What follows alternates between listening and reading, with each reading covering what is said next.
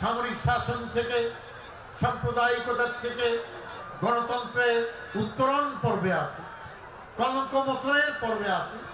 সাম্প্রদায়িকতার জঞ্জাল, সামরিক শাসনের জঞ্জাল পরিষ্কার করার পর্বে আছি।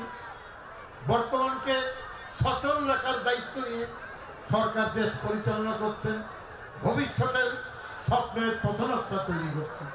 যারা ৭১-এ পাকিস্তানের পক্ষ নিয়ে গণহত্যা আর নারী নির্যাতন করেছিল, তারা বাংলার বেঈমান, তারা বাংলার মির্জাফর।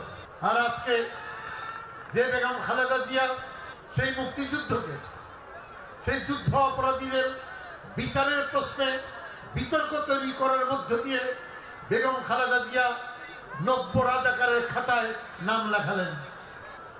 বাংলাদেশকে যদি সামনে এগোতে হয়, তাহলে ৭১-এর রাজাকার তাদেরকেও যেরকম বিদায় দিতে হবে, তেমনি বর্তমানের ৯০ রাজাকার তাদেরকেও ঝেঁটিয়ে দূর করতে হবে।